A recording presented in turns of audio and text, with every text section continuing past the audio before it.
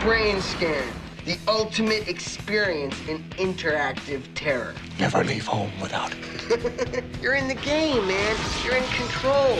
You must think like a killer. Cover up any clues. Leave no witnesses, no evidence. A challenge he can't resist. It was so real. It was sick. See, I told you, man. I told you it would blow your mind. A game he can't escape. There was a grisly murder in the quiet suburban town of Mountview today. So you did it. What was on that disc? It's not a game anymore. Hamilton and Hayden. It's real. It wasn't supposed to be real. Brainscan, 1994, Yeah. released April 22nd, 1994. That was the Friday in which it entered theaters. Yeah, almost 420. Wow. But Close. strangely enough, no drug references in Brainscan. The characters seem like they might be stoners, but no nothing reference like to that. Yeah. The film was directed by John Flynn, who directed The Outfit, 1973, and Rolling Thunder, 1977, which was Paul Schrader's follow-up to Taxi Driver.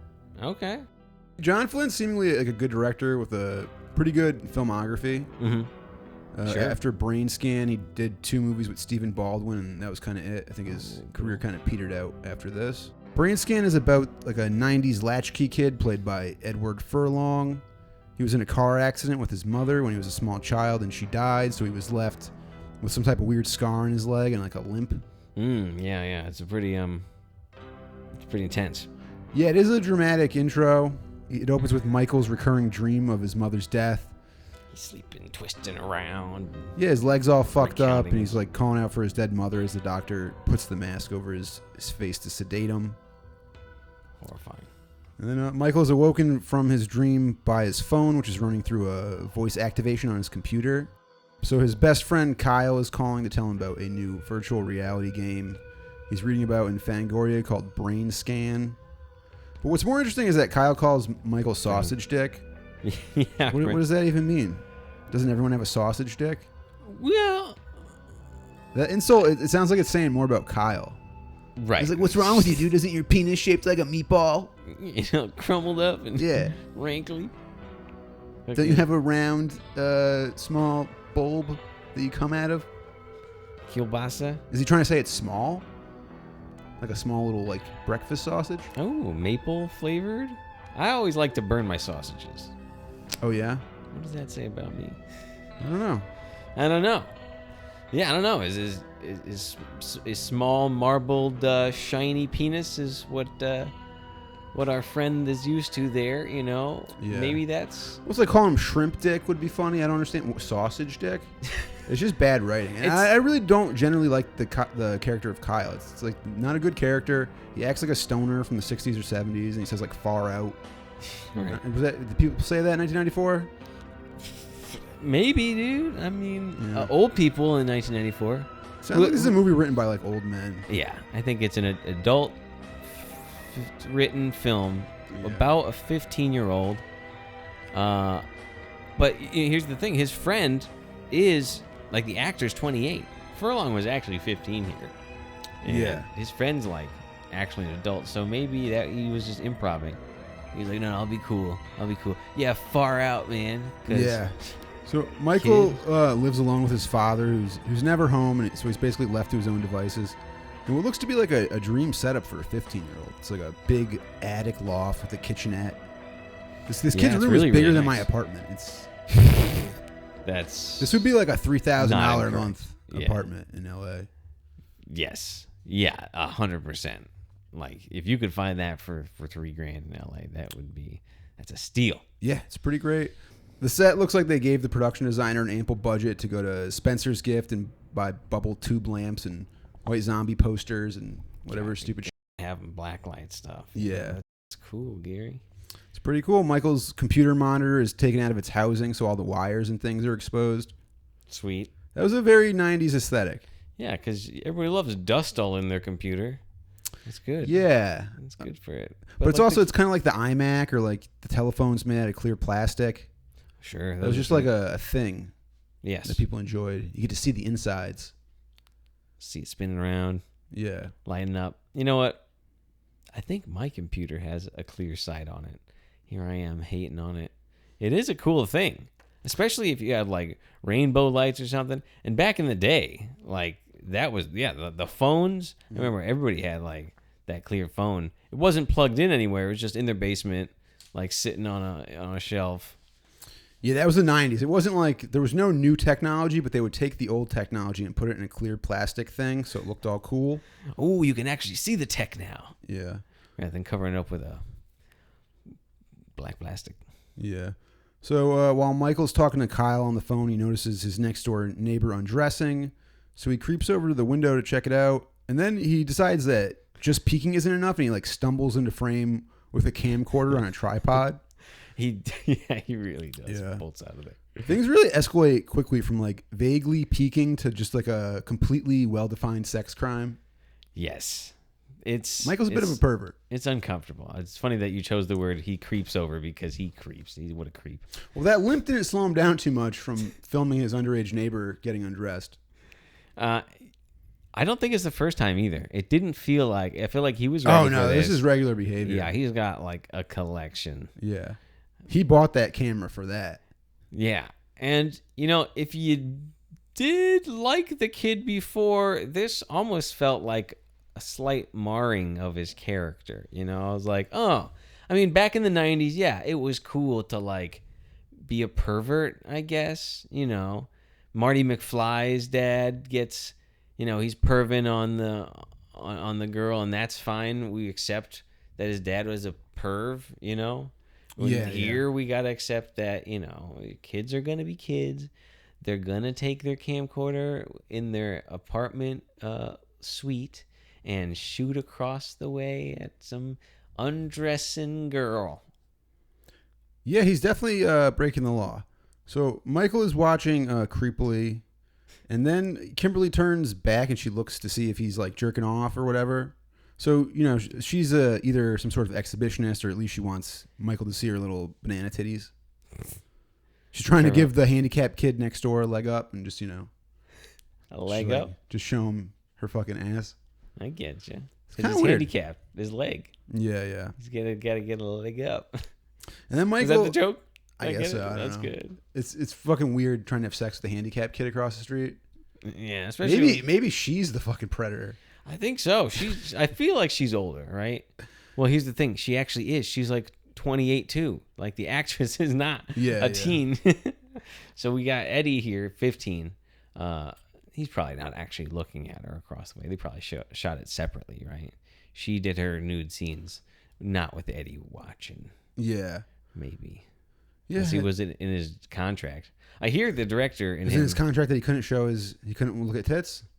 Yeah, wouldn't that be the worst? The lawyer was like, look, Edward Furlong is very gay. He doesn't want to see any women naked. What? I want to see some titties. I feel like he would throw a shit fit about that. What? About not seeing titties? Yeah, come on. That's the only reason he took the movie. Because he was like, sweet, it says on the screen, I get watch her with the videos camera. Yeah. I feel like, was Terminator 2 was his like a really big hit, right? And everything after that was kind of diminishing return on Edward himself.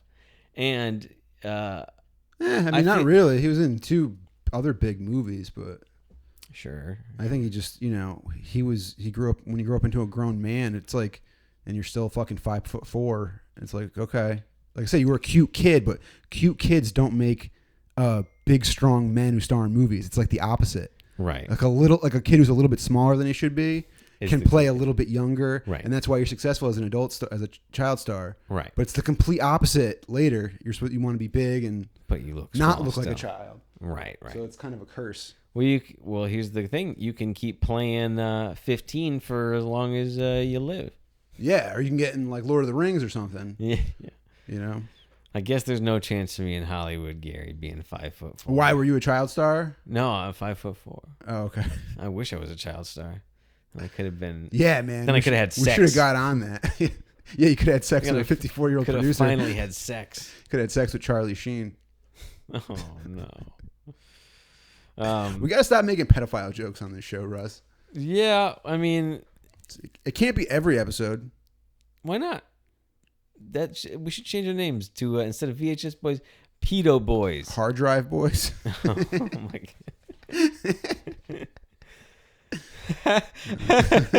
Yeah. Oh. Where were we? Talking about a 15-year-old watching a girl undress. Yeah. He's still watching her undress. And then afterwards, he just like sits at the TV and watches the videos. Well, yeah, you're gonna live behind the camera. He's a voyeur. Yeah. He's a little jerk off voyeur. He's gonna play it in reverse. He's sad because his mommy died and he walks funny. That is pretty sad. Yeah, I guess it is kind of sad. If you put it like that, Russ, then I seem like a real You're asshole. the one who... Well, my mommy died when I was a baby and I could never walk right after that. So it was alienating and my dad's never... Yeah, it is kind of sad. He's All right. never All right. around. Fine. We haven't found that out yet, but we will. Yeah. Yeah, life, man. It's hard for some people, but that doesn't mean you should go being a little pervert. Yeah. I mean, at the same time, come on, everyone's a little pervert when you're a little pervert. You can't not be. You're already a little pervert. I mean, the real problem here is he's filming it. He shouldn't film it. He should just watch, I guess, but like filming it really takes into the area of a crime. And also, this is an R-rated film, right? Yes. And so it's made for 18 and up, right? Yeah. And it's starring a 15-year-old. Now that is He's supposed to be interesting. 16 in the movie. He's playing Is a he? 16-year-old. Okay. But But I mean- that's still like, it's interesting. I Yeah. mean, I guess it's for teens still. Yeah, maybe you really shouldn't make an R-rated movie starring a kid, but At the they same did time, it. the Freddy Nightmare on Elm Street movies, Sure. you know, they all star teens. They all stories about teens and teens' troubles. So, I guess it works because they still, you know, 19, 20-year-olds still got to go somewhere to make out. You're still living at home with your folks. So yeah. I mean, Brainscan's really like a testament to how hard it was for teens to get porn before the internet. This kid has to break laws just to see a naked woman. yes, So there's no wonder like him and his greasy friend are so interested in virtual reality. yeah. You know, if these little perverts had any idea of the amount of free porn available now, Oh my god, it would really blow their minds. they wouldn't leave their house. Wait, that already happens. Yeah.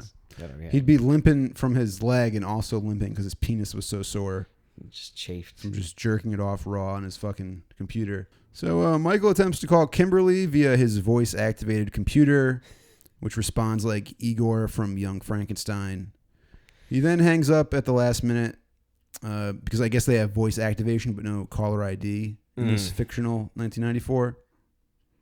Right. And, you know, there's only so much tech that you can imagine. That's the thing Yeah. about future tech, you know? It's like, oh, we're going to have radio watches. Dude, Yeah, that's such an yeah. old idea. What? No, we have, like, the even idea of Yeah, a because you screen can't really feels- predict the future too well when you're trying to look at it through the frame of what you're known to. I feel like a screen someday will be archaic. Like, we've replaced so many Yeah, tools with the sure. screen. Maybe. The screen and computer. There also might be some sort of like plateau or limit to technology that we don't see coming where it's just like, you know, maybe sending things into our brains doesn't work and isn't a good idea and we figure that out. probably We shouldn't stick with the do. screens. Come But on, we'll see. I want to know Kung Fu, Gary. Yeah, like yeah. that. Yeah. That was me snapping, but I can't do It'd be it. funny you fuck up and instead of learning Kung Fu, you just learn how to choke jerk like David Carradine, the star of Kung Fu. But it's digital, so I can choke jerk forever. Yeah. There's no pretty harm cool. done. We'll just get you a robot throat. Thanks, Gary. Yeah. That's going to cost me 6,000 Dogecoin. I got a robot throat, guys. You can choke me all you want. Gross, Russ. So instead of initiating with Kimberly, Michael decides to call the number from Fangoria about the video game Kyle told him about. Yeah, I don't like either of these kids. They're very unlikable. Yeah. Michael and Kyle suck. Yeah, they both kind of blow. He's a creep. His buddy's just calling up like, "Hey man, you looking at her tits again? You want to Yeah. describe to me? You know, we can maybe jerk one out over the phone." Hey, what's up, sausage dick? Yeah, that means nice and thick, right? Nice plump. Plumps when you cook it, right? Yeah, I mean, I'm glad to know that the girl playing Kimberly is actually 28 because she's kind of hot in like a goofy way. Yeah. She looks like Cindy Lou Who with like orangutan titties. You know, like she looks like one of the people from Whoville. She's got like a weird little nose. Yeah, I see it. It's mousy, right? Yeah. Yeah. You know, she's cute. Yeah, and her not being 15 is a huge relief. Yeah, so when Kyle is calling, about the game, he's very condescending, and he's the person he's speaking with demonstrates the power of the game by giving Michael either like a seizure or an orgasm.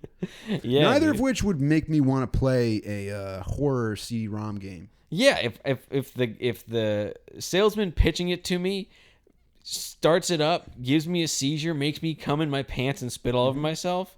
Yeah, I'm all good, buddy. He calls Kyle. He's like, "How's the game, man?" He's like, "I don't know. I can't feel the left side of my face, and there's a fucking load in my pants." Awesome. Yeah. Not a good time. Yeah. But yeah, dude, I don't know. That does seem like a big warning. Big red X. Don't play this game. Somehow a man from nowhere, from across the phone, electrifies your dick, Yeah. All right, he's still in it though. This kid hardcore. That's even more of a It's sell for 1994. him. I mean, yeah, that's. Dude, he listens to cool music, Gary. This guy. He does listen to cool music. Rock and roll. He's heavy metal. It's heavy metal. It's, heavy metal, industrial, grunge. It's like whatever was popular in 1994, which is like, I think the Butthole Surfers are on the soundtrack. I know White Zombie and Tad are on the soundtrack. Yeah. Which Tad was pretty great. You know who Tad is? No, I don't. Tad was like one of the formative grunge bands. And what's funny about Tad is like, it's named Tad for like the lead guy whose name is Tad. And he's just this big fat dude who dresses like a lumberjack. And he looks like a big fat mess, but he's like a classically trained like musician. Okay. Who just makes like like songs like that. Cool. That's fun. He looks like the band sounds. Right. And his name is the name of the band, so it all kind of works for me. He's a one-man show, or he's got a band? No, it's a whole band. He's like, I think he's like the lead guitarist and the singer. Cool. He's fucking massive. And they were big. They were popular. They were kind of big, but they never really had the mainstream success of like Nirvana or like other grunge bands. But they were like big in that thing. In that they're like circle. Kind of like up there with like Mudhoney is like the pioneers of that music. That's cool. How about Dandelion? Mudhoney's probably on the soundtrack too. You heard of Dandelion? No, are they on the soundtrack? Yeah, they're on the soundtrack. Primus? Yeah, Primus. It's also that's like very 90s alternative. You gotta have it. So yeah, I mean this. I don't want to say. I mean this took me back to a time. Hearing all this music was definitely of a time and place that I was kind of part of, and kind of fun. But also like the score doesn't fit the other music so great. It almost feels a little bit like there's two different things going on. Yeah, a little discordant. Yeah. So next, Michael is reprimanded at school for showing a horror movie during a free period that's called Death, Death, Death Part 2. The free period's called Death, Death, Death? Yep. That's the movie. Yeah. I mean, and it looks like... I guess they're trying to demonstrate that Michael has this morbid fascination with death. As does every kid. What? Well, this kid is like, his mom died, and I think he's kind of suicidal. Sure. And he's like, watching violent movies. Vaguely suicidal. And with killing and murder. And I guess, a teacher would be concerned if they're paying attention, or should be. Yeah, maybe rightfully so. You definitely couldn't make this movie after Columbine. Brainscan is just a movie about lone shooters before that was like a subculture. Sure. Watching this now, it's immediately just tainted by that. By 1999, Michael and Kyle would come off as prospective school shooters. And instead of ordering video games from Fangoria, they'd be ordering assault rifles from KillAllTheJocks.com.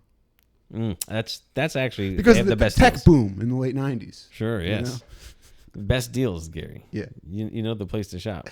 Those jocks won't see it coming. 1994 was a much simpler time. There was the internet in 94. Yeah? Sure, but I don't think... I guess Maybe Kyle probably... dial-up. He had some sort of dial-up internet, but, there wasn't much he could do with it. Right. Even it's really funny that this movie tries to make CD-ROM games out to be this great advanced technology, because CD-ROM games were shittier than cartridge games, and the only capability that they had was they could play CD quality music and like very shitty video clips, like very. So a CD-ROM game in 1994 was like you do two things, then it plays a little video clip, and it was just they were bad video games. That's why they never took off until much later with like the PlayStation, and they could actually do like 3D. You know, Dude, I remember those clips. It's like 16-bit color. It's like 150 pixels. Yeah. Did you ever play like Sega CD or that shit was Panasonic? good. 3D? It wasn't good. Sega CD wasn't good? No, it sucked. Oh. The music though. Yeah, pretty well, it was solid. good. It was good if you played it with a cartridge game and you were just getting music from the CD. But the actual CD-ROM games in 1994 were not good. Yeah. They were just video clips. That was the capability of it. My older brother got a Panasonic 3DO.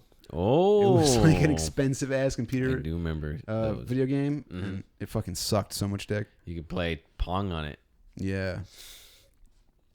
So the principal is a stereotypical stuck-up conservative type who lectures Michael about A Trump haircut. violent entertainment, and yeah, he's a real boomer fucking haircut. And then he accuses him of smoking weed, watching porn, and raping people. Ironically enough, they cut back to Michael after the principal makes this accusation, and there's a photo of then current president Bill Clinton hanging on the wall, just smiling like that big old like goofy Clinton smile. It's like, oh boy, did you say weed, porn, and rape?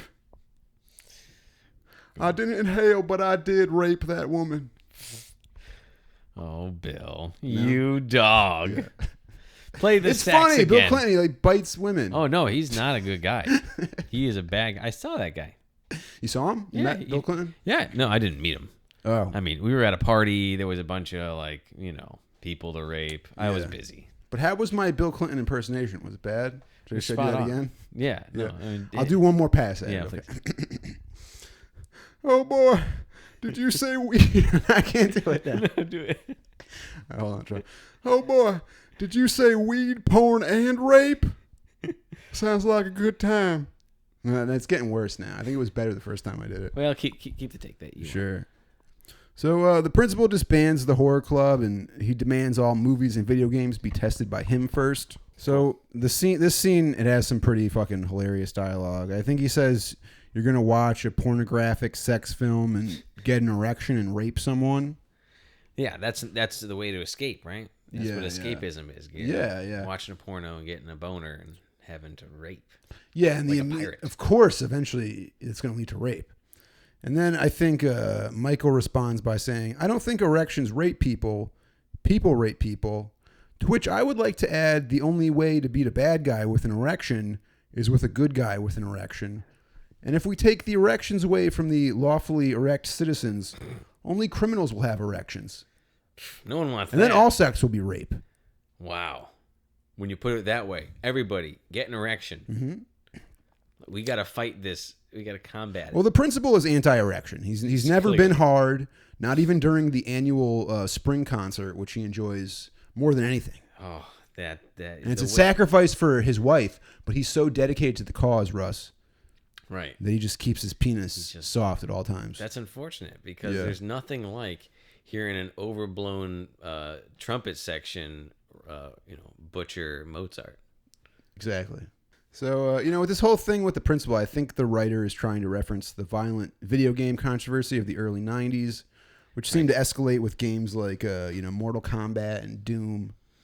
Yeah, killing games. Well, they eventually, there was like a congressional thing, and that led to the development of the video game rating system, which is, video game rating system, e.g. censorship. That means censorship. Right. Because people are too busy to raise their kids, so they put the burden on society. It's the American way. Right. I mean, maybe there was back then, but Gary, have you played GTA 5 or any game anytime? Because there's hardly they're any rated censorship. mature. They can Yeah. do anything now. But they have to have a mature rating. Yeah. Basically, I don't after all the bored yuppie housewives lobbied to have parental advisories put on CDs, they started going after video games because they hate fun, Russ. Okay? They were worried about video games turning their children into violent criminals, and they would rather they grow up to work on Wall Street and be non-violent, non-erection having criminals like their fathers. I think the problem here, Russ, with all this fucking congressional censorship and whatnot, is just that there wasn't reality TV at the time. That was still in its infancy. Yep. If there was like Real World and Real Rules, but not much else. So like if Tipper Gore and like all these fucking bored, housewives could have gotten like reality shows where they went shopping. Mm-hmm. We all could have been saved a lot of strife, and then Doom wouldn't have gotten censored. Joe Lieberman was another big censorship guy. According to an article in the New York Times, Mr. Lieberman led the charge in denouncing such games as desensitizing young players. The same month as the Long Island train massacre, he spearheaded a series of congressional hearings into the influence of video games on real-world violence. This is a quote from Lieberman. We're talking about video games that glorify violence and teach children to enjoy inflicting the most gruesome forms of cruelty imaginable. He said that at a news conference that December. That's heavy. Yeah, fuck Joe Lieberman. I wouldn't. My grandmother used to volunteer for Joe Lieberman, but she was a dumb bitch who never played Quake, so she can get fucked too. Well, she did, Gary. She Censorship did. has never, ever worked or been a positive thing ever. Did it stop school shootings? No. Yeah. Unfortunately. Yeah. Yeah, I mean... So on the way home from school, Michael comes across a crime scene that gives him a flashback of his accident, and we're introduced to Frank Langella's character, Detective Hayden. Frank. Yeah, it's a really great actor to be in this. Yeah, he's been in so many things, and all of them I liked his performance. Yeah, Frank Langella brings some credibility to the cast of Brainscan for sure. And when Michael gets back home, he finds a packaged labeled Brainscan waiting for him. So at this point, the film has predicted voice recognition, Alexa, and a Netflix-type disc mailer. If this disc has VR porn on it, this movie will be 0 for 4. These are some like Philip K. Dick type predilections. Yeah, 2 on the nose, 2 spot on. It's pretty good. Pretty good for a shitty movie from 1994. I mean, it did make him orgasm while seizing. Yeah, I bet like what would have really happened is like him and Kyle would just be in his room one after another, just calling the number and having orgasms in that chair until their fucking balls were just dried out. Which at 15 and 16 would probably, you can go be a lot 3 of or 4 calls. Yeah. 3 or 4. Plus, it's on his. It's not on his dime. He's not calling. Paying for the phone bill to. Oh, do you think the cum phone call is collect? You think they accept the charges? I mean, you remember in '94 there'd be the late night commercials. Do you accept the charges? Michael is hard. Do you accept the charges? Yeah. And T. Ryder Smith is like, yes, I will make him come through the phone. Perverts. Yeah. It's very strange. We're talking about young boys here, Russ. I don't find this very funny. No. Here's the thing that's also died: phone sex. Who the hell does anyone do that? It died with the webcam, I guess. Yeah, right? why would you just Snapchat? Unless you're blind, in which case. Oh, then that probably does a lot for you. Probably does a lot. So Michael gets a voice message from his dad, which is awkward. It's the only time you hear from his dad throughout the entire film. Right. He's just alone in this big ass house. Yeah, he's lonely and he's watching the girl next door party. So he puts on the game, which is a CD that he plays on his computer. And it's such an old disk drive that he has to put the CD into a little basket before putting it into the computer. Saw that. That was so cool. I was like, it's like almost like inserting a floppy disk. This kid must be fucking loaded, man. That's like a CD-ROM, like the first year they came out. Yeah. The whole CD-ROM slides out of the thing. You got to stick this big disc in Crazy Town. But pretty awesome. I liked it. I wish they kept that technology. Oh, really? So everybody can break their fucking disc. So everybody can have like easily losable bottom tray. Yeah. To get little it's hairs pretty in. similar to like just the multi-disc CD changers. You just get a basket. The CDs go into a basket and you pop it into it. Oh, but it's just a single basket for one disc, which doesn't make much sense. So Kimberly tries to call Michael and invite him to her party, but he has his phone set to Do Not Disturb, as he does when he's playing video games or jerking off to illegally recorded videos of his underage neighbor. Yeah, this Michael kid's he's really fucking it up, Russ. She's trying to get him over there. She's at her house fucking listening to White Zombie. She's ready to go. La Sexorcista. Yeah. And he's trying to fucking play video games and beat off in his dad's attic. You know, the dream. It was kind of the dream. Yeah. So the game loads up on Michael's TV, and there's a drawing of the Trickster. Or I guess just Trickster. I don't think he's the Trickster. And that's the game's host or mascot. I guess. He never actually uses his name, I don't think. Does he? Does he introduce himself? But it he maybe does. I don't remember. Yeah, but funny. He looked this like drawing. Yeah. It looks like Michael Myers with Nick Cage's hairline Oh, and yeah. like a nose ring. Yeah, it's a really cool drawing. It reminds me of like a Preacher, like a cool 90s comic book. Like a cover art or like in Yeah, it interior? looks like, to me, it looks like something Garth Ennis drew. I don't know if maybe just similar art, but it's very 90s. So the narrator gives Michael a warning and instructions for the game. And he hits play, and he's transported to a dark exterior, and we see Michael's POV as the game narrator tells him where to go. But like, this scene is actually pretty cool, and it's shot to look like a first-person shooter. Yeah. Oh, interesting. I So- didn't make the connection, but that's interesting. Yeah. So it looks just like a video game that he would be playing. Right. And he enters the house, and he finds a bunch of utensils hanging in the kitchen, and the narrator tells him to pick one, so he chooses the knife, which is a pretty wise choice, because like the other things are just like mundane tongs and like shit that wouldn't be a very good weapon. A ladle. Choose one. It'd be funny if he gets a big soup ladle and goes up the stairs. So he goes upstairs. He doesn't know what he's trying to do. Well, no. Yeah. It's a story about murder. Like, right? There's inklings of... Yeah, I think you'd assume that a weapon is the goal. Yeah, sure. But he goes upstairs with a knife, and he finds a man sleeping, so the narrator tells him to stab the guy, and he puts the knife into the guy's back, causing him to wake up and freak out. And he jumps to his feet before collapsing. It's a little bit goofy, but it's pretty cool. Touching the walls. He's got a big knife stabbing out of his naked back. I mean, it's got the blanket stuck to it, so it's all right. It worked for me. It was kind of gruesome. Yeah, and then Michael cuts off his victim's foot with the kitchen knife, which seems pretty improbable. He's got... It's a video game, so he saws off the foot like it's a loaf of bread. So the guy wakes up, and Michael just like knocks him out. Yeah, I guess. The last It's pretty frantic. Jump square. The way they Jump shoot scare. it, yeah.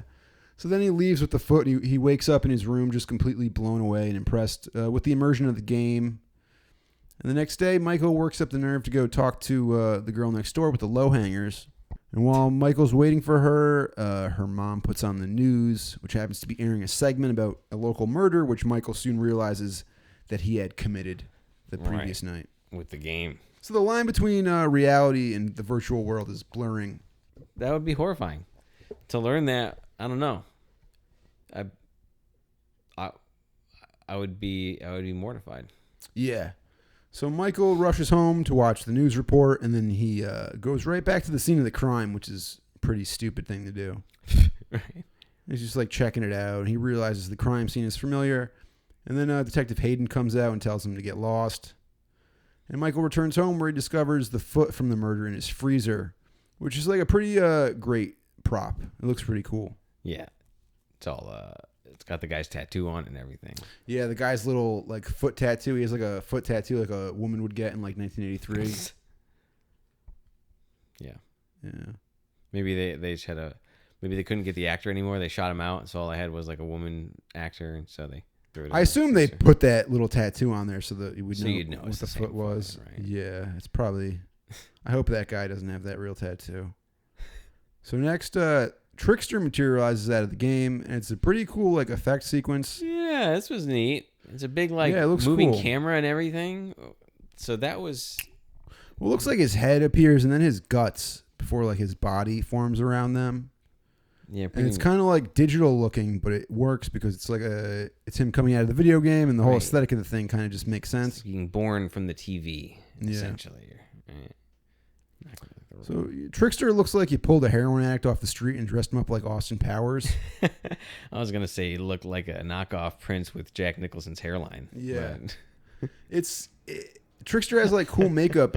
The wardrobe's a little bit weird because he's wearing stuff that almost looks like 60s stuff, but he also has like his nose pierced and it's like kind of like a punk rock thing to him. yeah. So maybe Trickster's like a timeless bohemian type. Ah, You know? yes. If they brought back Trickster in 2022, he'd have like a Supreme hoodie and he'd be like vaping and listening to Die Antwoord. So the first thing Trickster does is he criticizes Michael's CD collection for pulling a Primus CD out of his jacket. He puts on the CD and starts dancing around like a drug-addled cat in the hat. Sure. Trickster. Stacking everything in his room up. He just dances like any hippie chick at a music festival. Hands in the air like you don't care, Gary. Yeah. Then Trickster tells Michael there's a possible witness to the earlier murder, and he must continue the game by playing the second disc and killing the witness. Yeah. This is a pretty great scene. The actor playing Trickster, T. Ryder Smith, is really good. He was compelling. Yep. And Furlong's not great, but they make it work well enough. The Trickster's kind of like Drop Dead Fred meets Freddy Krueger.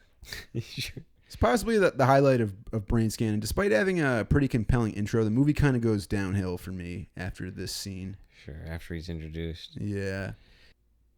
So next there's a scene where Michael tries to bury the foot, but a dog shows up and takes it. This is a pretty fucking stupid scene. It's pretty confusing and kind of unnecessary. It seemed like it was tacked on. I thought it was actually part of like the game or something. I thought he was playing the game again or something. Oh, okay. Was he? Is he not? Is he? Michael starts acting even more antisocial and he stops going to school.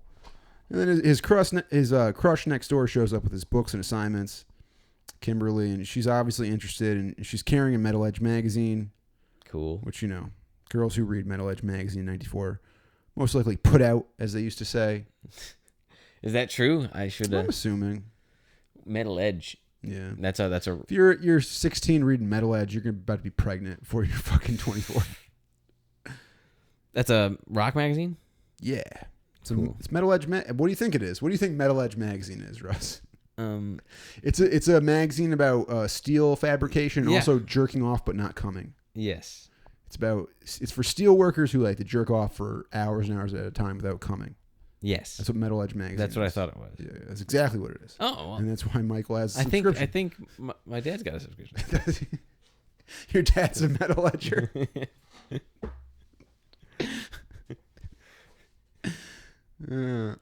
So Kim gives Michael his mail, which has a second package from Brainscan. And Michael freaks out and he shoos away her. And it's kind of unfortunate. Yeah, right? I want him to not be such a loser. I wanted him to get laid. Yeah, this kid sucks. I don't make a move. Yeah. That night while Michael's sleeping, he gets a phone call, and when he answers, Trickster reappears in his room. And Trickster tells Michael he must play the second disc and kill the witness to the murder. It's a big ask. Michael refuses to play the second disc at first, but eventually gives in, and this time he has no memory of the game until he finds his best friend Kyle's necklace bloody in his freezer. Sad. It's sad they don't show the murder of Kyle. Yeah. Very unfortunate that this movie suddenly just copped out completely. Well, I don't know. Is it more suspenseful to find out that you killed your friend and then be like, oh, shoot, did I kill my friend? I got to find out versus, oh, we see him get killed. And then there's no real reveal. I think it sucks. So Michael attempts to call Kyle, but instead the phone is picked up by Detective Hayden. Oh, Dracula's got the phone call. Yeah. And when he asks who's calling, Michael hangs up. So they're at the crime scene. So we know Kyle's dead. I guess he murdered Kyle. It's pretty disappointing. Like it feels like a cop out. They don't show this at all. And then Is Kim it because shows the up. cops are out? Exactly. The cops are out, and it's a cop out. The movie sucks. So Kim shows up at Michael's house again after Kyle's murder and comforts him. Yeah, and nice. Michael. Nice. So at least it seems like he's making strides with the female towards normalcy. But Detective Hayden is on his tail, and Trickster shows up again, and Michael finds Trickster in his room making a mess.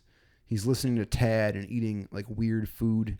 He's eating everything, just throwing Is that it all the on the best floor. that they could think of? Like, let's have him put mustard on bananas and suck on his oddly phallic fingers. It's fucking stupid as shit. Yeah, it was.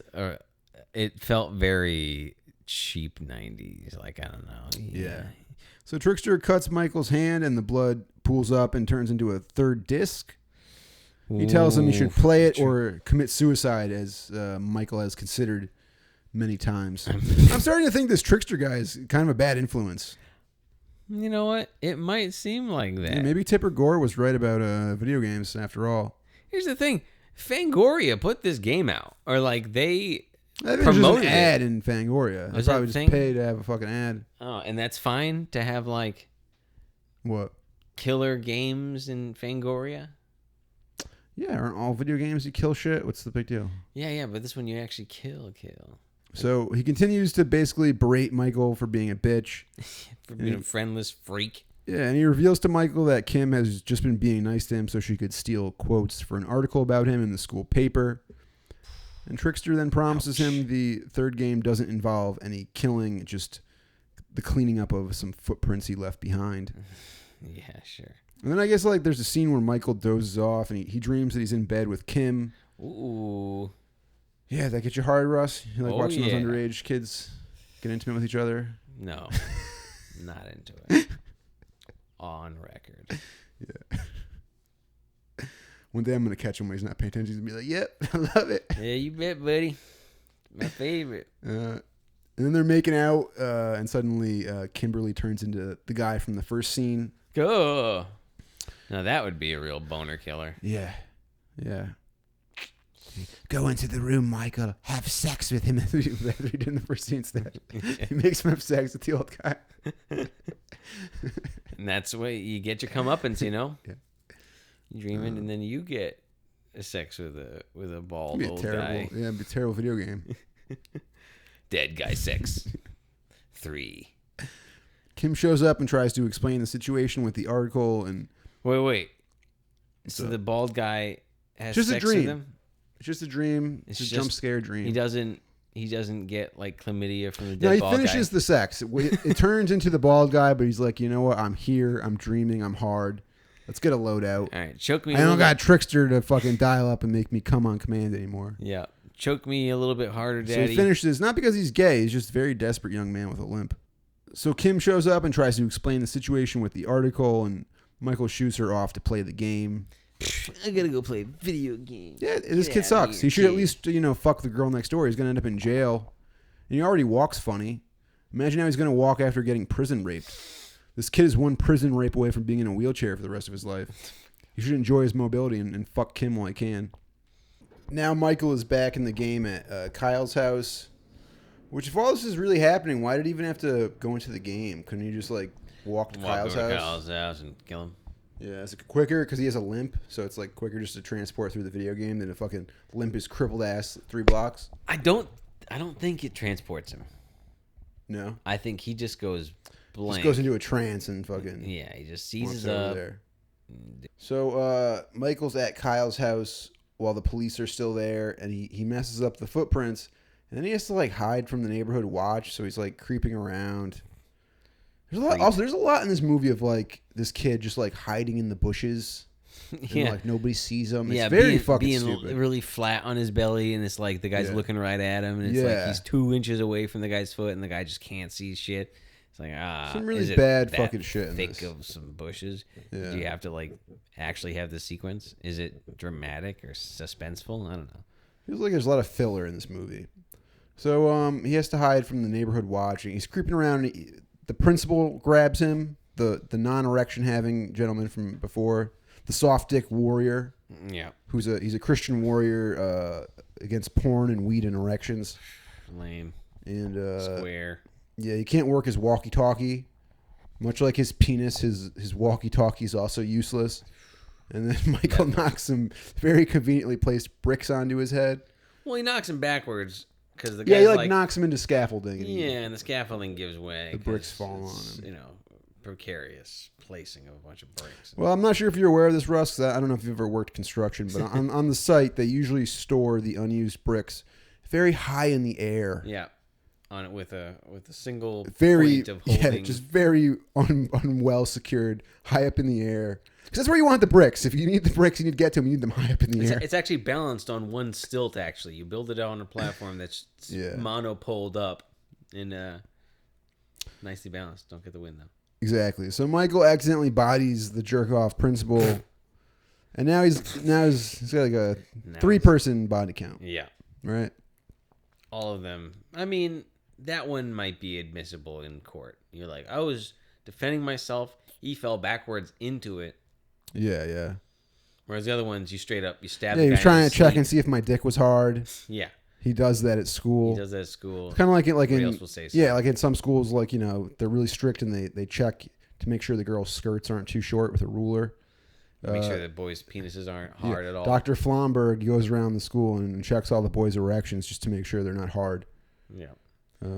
What happens if you get hard, Gary? I don't know. I guess he slaps it with a ruler till it gets soft. So Michael accidentally kills the principal. Dead. And he gets chased by the neighborhood watch to a construction site where he hides inside. And he's saved when one of the cops rolls up with his gun. And one of the overzealous neighborhood watch guys shoots the cop. Basically a George Zimmerman type situation. He was trying to shoot the kid with the hoodie and the Skittles. And instead he hit Officer No Charm over there. Yeah. Detective, I don't think that guy had much of a career after this. The actor? Yeah. Lieutenant, I've never seen him before. Oh, yeah, sure. He's gone. He's gone. He's Killed. dead. Blasted. It was pretty good. It was a good squib, I think. I think Yeah. I remember being all right shot to the At least something happened, because this movie was getting pretty fucking boring. Yeah, there's teasing deaths and like sneaking around and hiding from people. Yeah. It feels like this movie just kind of went through its budget quick, and now they just have to like film people sneaking around and shit. Pad it out. Yeah. They did it. They shot it their entire load on that VFX rotating shot around the trickster materializing out of the TV, and now. Yeah. So after the trigger-happy neighborhood watch guy bodies Detective Hayden's partner, Michael is able to get away, and now Trickster tells him he must play disc 4 and kill Kim, as she is also a witness to the previous murders. Right, she saw him coming home just now. Yeah. And that's like, how's that disc 4, dude? You planned for that to happen? Like, why would there be 4 parts and they're going to be disc 5 when someone else sees the next person I murder? You know, Well, maybe it's all pre-planned. Fuck Trickster. You know, you can't trust Trickster. No, you know, Russ, I think you're right. I think you're safe to assume that a man whose name is Trickster is probably not the type of person that you can trust. Right. Right? So I think I probably would have stopped with the disc movie 1. named him Trickster. They really kind of gave you that one. I would have stopped with disc 1. Yeah. I would have gone to prison. You would have shown some restraint. Yeah. You would have called the number, had an orgasm in your pants, and said, "No, thank you, sir. I think I'll move on with my time." Yeah. You would much wiser to make the decision, Russ. And here's the thing: when they come to arrest me, I want my phone call. Call 155. Yeah. All right, kid, you get one phone call. Use it wisely. And Russ is stormed out to the payphone, and he just calls the number from Fangoria magazine and has an orgasm in the lobby. Drooling everywhere. Get him back to his cell. He makes me fucking sick. Yeah, so Trickster tells Michael he has to kill Kimberly or kill himself in a pretty great dialogue scene between the two. Do you have it there? I don't have the actual dialogue. Yeah, but it was pretty cool. It was yeah, I think it's pretty hard. And then what I liked is that it's only a crime if you get caught. Trickster says. Sure. And while that's technically true, it does kind of seem, I don't know. Seem what? No, I guess that's true. It's only a crime if you get caught. It's definitely not good, but it's only becomes criminal. No. It's a criminal offense until you're caught, right? Yeah. And it gives like Michael some spiel about like, the killer is in you and it's you who did it, and it's interesting enough. It almost, kind of keeps you into the movie, although at this point the movie's getting kind of boring. And I'm just kind of disappointed if the movie this is an R-rated movie. Mm-hmm. We saw like one set of tits and one murder like right up front. And then it just becomes like nothing. Right, you got to give the kids the time to make out. Kyle's murder should have been a big, interesting scene, and maybe it was purely made for like make-out teens, and like, all right, we need a bunch of boring shit in the middle, so they just make out, and that's what it's made. It just seems like a waste of an R-rated film. This movie could have fucking been PG-13. It could have been doing some stuff for sure. Yeah. So Michael eventually decides to play the 4th disc, which brings us to the conclusion of Brainscan. And Michael appears at Kim's and he procures a pair of scissors. Everyone's got an Aerosmith poster. Yeah, she's got a bunch of Aerosmith posters. She likes Aerosmith, and I think his friend had an Aerosmith poster too. Sure. When we the production designer went to fucking the mall and bought the 20 posters that they had at the mall and hung them up. Yeah, you're right. There's not that much thought put into it. Spencer's or Hot Topic. Yeah. Was there Hot Topic in '94? I don't think so. That was a later thing. Yeah, I think so. I don't know.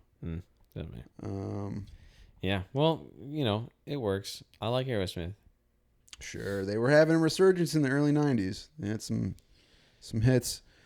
So Michael appears at Kim's and he procures a pair of scissors, and then he hobbles his crippled ass up the stairs into her bedroom where she's sleeping. Ew. What? Get stabbed by Girl scissors. sleeping? You're like, ew, a girl. Yeah, those are It's fucking ooey. disgusting. Let's get out of here. I turned off the movie. I don't know how it ends. Yeah.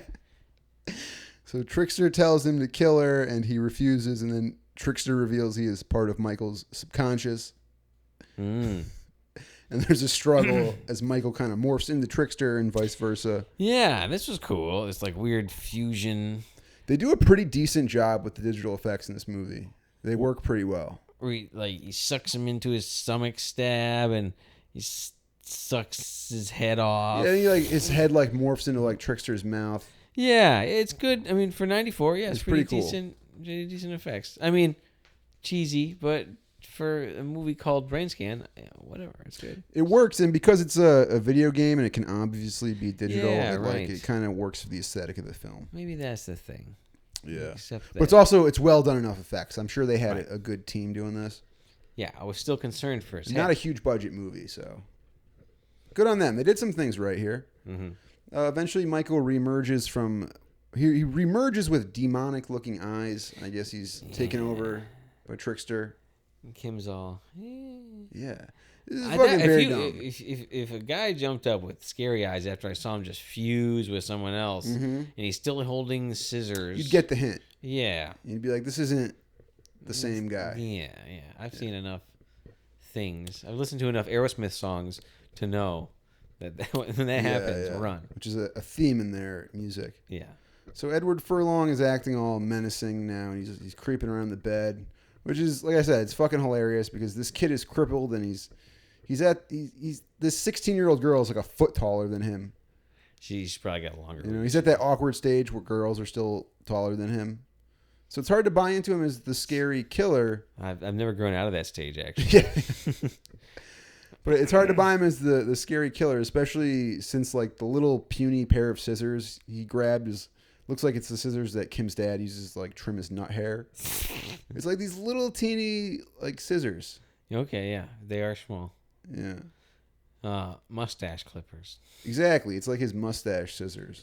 Are they? That's what it looks like. They're like sewing scissors? Really, yeah, really they tiny? look very small. That's what I'm saying. I didn't watch. I closed my eyes. It was a girl in a too bed. scared. Yeah. So Kim confesses her admiration for Michael, which snaps him out of his possession. Oh, as it does. That's your trope. The love I love you. Oh yeah. Of a woman. And then when Evil he thinks, Dead. Is that what happens in Evil Dead? Right? Doesn't that happen? I don't know. Nah, it doesn't matter. Can't remember. I only remember one movie at a time. Yeah. Anyway, sorry. Yeah. Well, anyway, we're talking about this one. So he knocks him out of it. Yeah. Kim confesses her admiration for Michael, which snaps him out of his possession. And just when he thinks he has Trickster beat, Trickster opens the door. No. And Detective Hayden comes in and he proclaims a murderer before firing his gun at Michael. Yeah, dude, just shooting him. Just shoots him. Frank Langella. So at least we know that it's a realistic portrayal of police. He doesn't make any attempt to arrest them. He just opens the door and starts firing. Doesn't announce he's outside or that he's coming in. He just opens the door, says murderer, shoots the guy dead, goes home, kisses his wife. Well, if it was an accurate portrayal of cops, he would put on a cowboy hat and stand outside the door for 45 minutes and not do anything. Sure. Trickster would open the door, he'd be out in the hallway getting hand sanitizer. When we cut to Michael and he wakes up in his room, it's all a dream. They show him waking up 3 times. And then he flips over his awful dinner consisting of a glass of milk and a frozen entree. No wonder this kid's such a sick fuck. He has the same diet as Richard Ramirez. Michael's a couple Twinkies away from being the fucking Night Stalker. Parenting in the 90s is hilarious. Both parents are never home. They have to work, at their fucking important corporate job or whatever. And they have a shit ton of money, so they buy their kids video games and computers, but no interest in actually parenting their child or being around them. Oh, no. You just watch a TV, sit in the attic. Yeah, just throw a fucking TV dinner at the little monster and buy them whatever they want. But the problem is video games. Yeah. That's what went wrong with our generation. It was the video games. It wasn't the complete lack of parenting or any guidance at all. So the whole movie was just the game. It's the basic dream ending that you're kind of used to seeing a lot. Kind of feels like a letdown. Yeah, I mean, dude, when everything was all a dream, like what? Feels like a cop out. Why'd I just? Yeah, it was all a dream, and then Michael starts ruining all his cool fucking Finger Hut catalog shit that his dad bought him. Yeah, he throws milk all over his floor, dude. Yeah. You got like a wood floor. It's gonna get all between the cracks. That's gonna stink to high heaven when it rots.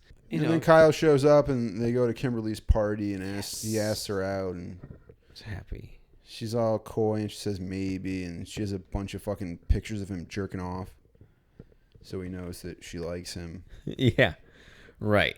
Trickster, I think, revealed this, or she revealed it on the CD. Well, she revealed it in the game, but that's also not real life. So it's like now we have to assume that all that was just a dream or a made-up thing in his brain. But it was real, though, right? No, he didn't kill anybody. He was playing the game. Oh, I guess so. But it was off of real He was just life. sitting in that chair for 45 minutes having seizure orgasms while Trickster played Primus in his fucking room and ate all his cheese whip. That's Trickster's real game. He's just hungry, and he likes to have a warm place to listen to Primus for a little bit. And it sucks being inside a TV all the time. Yeah. So, yeah, I can dig it. Yeah, wow. So yeah, wait, so that's how it ends? That's how it ends. And that scene Wait. fucking him talking to Kyle is like the most fucking painful, annoying part of the whole movie. Hey, sorry, buddy. Oh my God, Kyle. That's fucking ugh. Yeah. It's fine. Yeah. You gotta be happy about your friend not being killed by you. Yeah, I mean, you think Edward Furlong's acting sucks? I heard the director was not a big fan of his acting. I also saw that. It's not like it's that bad, but it's also not very good. You know what? I don't know. His acting wasn't very good in pretty much anything I've seen. And Kid acting just wasn't good back in the day. It was like there's some roles that kids hit it, but yeah, no, this one wasn't it. And it's like it's weird being, I don't know. It's weird. It was a weird movie. It's a weird role to be. Sure. And I don't know if I could say anyone would do it necessarily justice better. Yeah, he did a decent enough job. I don't think it's really that bad. So the next day, Michael brings the Brainscan disc to school to show the principal, who had demanded to preview all games and movies. And it's implied that the principal will have the same type of fucked up experience playing the game.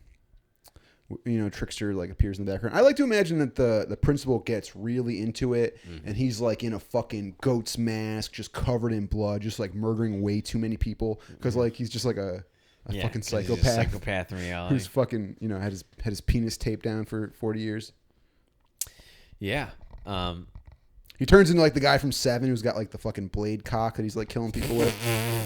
And he's just like massacring waves of prostitutes, and Trickster's like, dude. Chill out. You won. There's only one disc actually. Yeah. There's only one disc. Yeah. You're enjoying this too much. So the intro is compelling. The themes are pretty cool. The overarching message is almost prophetic. Well, yeah. Yeah, Michael was just like a gamer incel before that was an identity.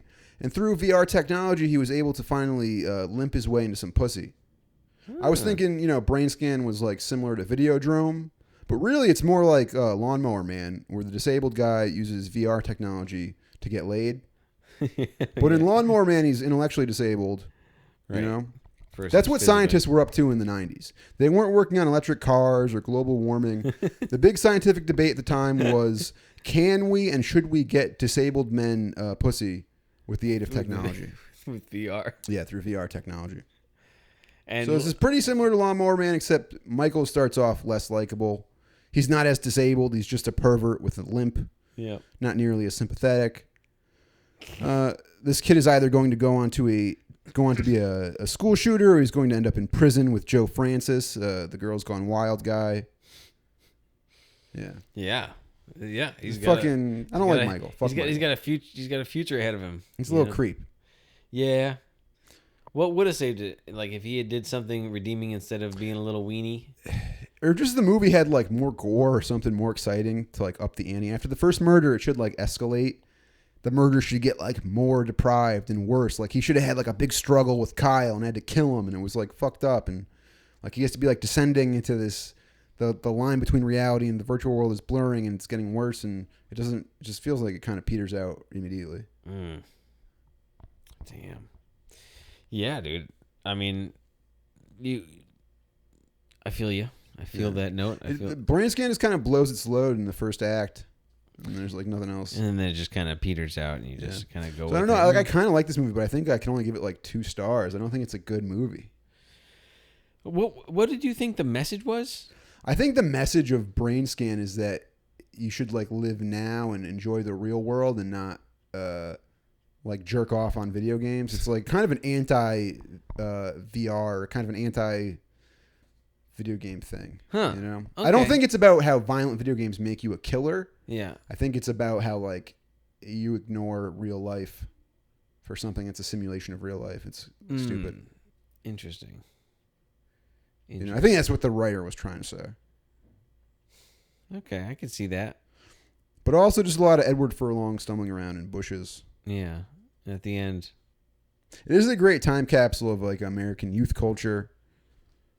You know, with the soundtrack and everything. Yeah, it's pretty definitely of the 1994. times. If you wanted to like show somebody a movie that really, you know, showed them what 1994 teenagers were into, it'd be a pretty decent. Yeah, one. that seems accurate. That's an accurate portrayal.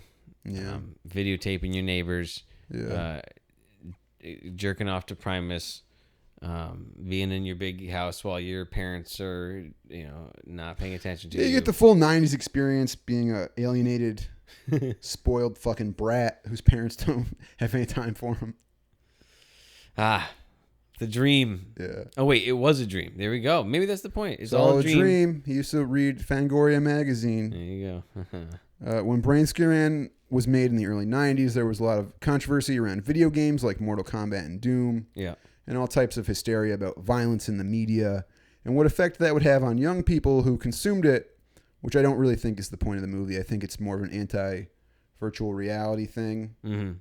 Michael avoids pursuing meaning in the real world and instead finds solace alone with his games and movies and whatever. Right. Just being a voyeur, filming it rather than being part of it.